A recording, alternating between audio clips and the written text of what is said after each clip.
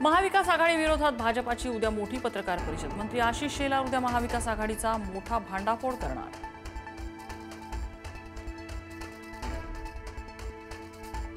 मुंबईत विनापरवानगी सत्याचा मोर्चा काढणं भोवलं। मोर्चाच्या आयोजकांवर पोलिसांकडून गुन्हा दाखल।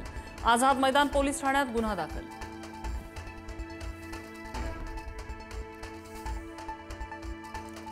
उद्धव ठाकरेंचा 4 दिवसीय मराठवाडा संवाद दौरा। दगाबाज रे, पॅकेजचं काय झालं असा ठाकरेंच्या पोस्टरवरनं सवाल।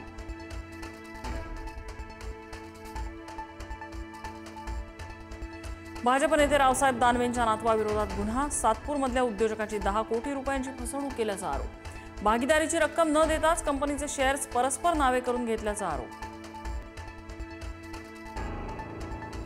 आषाढीची पूजा करायलाही आवडेल। कार्तिकीच्या पूजेनंतर एकनाथ शिंदेंच्या पत्नी लता शिंदे यांची प्रतिक्रिया।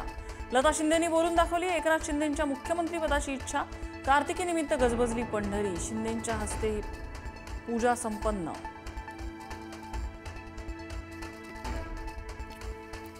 जैन बोर्डिंग जमिनीचा व्यवहार रद्द झाल्यानंतर उद्यापासून बोर्डिंग सुरू होणार। मोहोळ आणि धंगेकर यांच्या वादानंतर अखेर बोर्डिंग सुरू होणार। विद्यार्थ्यांची होणारी गैरसोय टळणार। सब कुछ गोलमाल। एसआयटी नाही तर देखरेखीसाठी माणूस नेमलाय। फलटण प्रकरणी सुषमा अंधारेंचा घणाघात, तर अंधारेंच्या पक्षातच गोलमाल। नवनाथ बन यांचा पलटवार।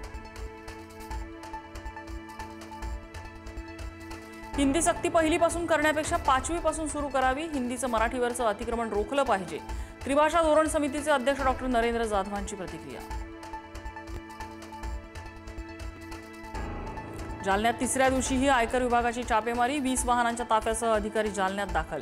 आयकर विभागाच्या धाडसत्रामुळे व्यापाऱ्यांमध्ये खळबळ।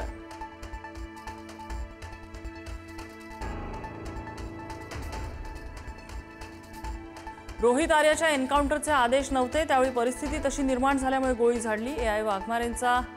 एपीआय वाघमारेंचा गुन्हे शाखेसमोर जबाब। आणखी काही खुलासे होण्याची शक्यता।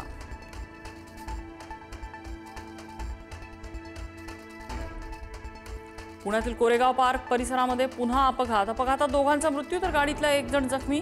कोरेगाव पार्क पोलीस स्टेशनकडून तपास सुरू।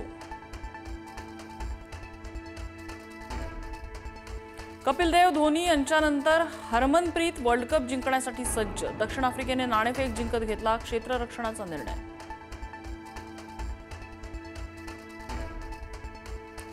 बुलढाणा जिल्ह्यातील आव्हा परिसरात ढगफुटी सदृश पाऊस। शेतात पाणी साचल्यामुळे कपाशीचं नुकसान।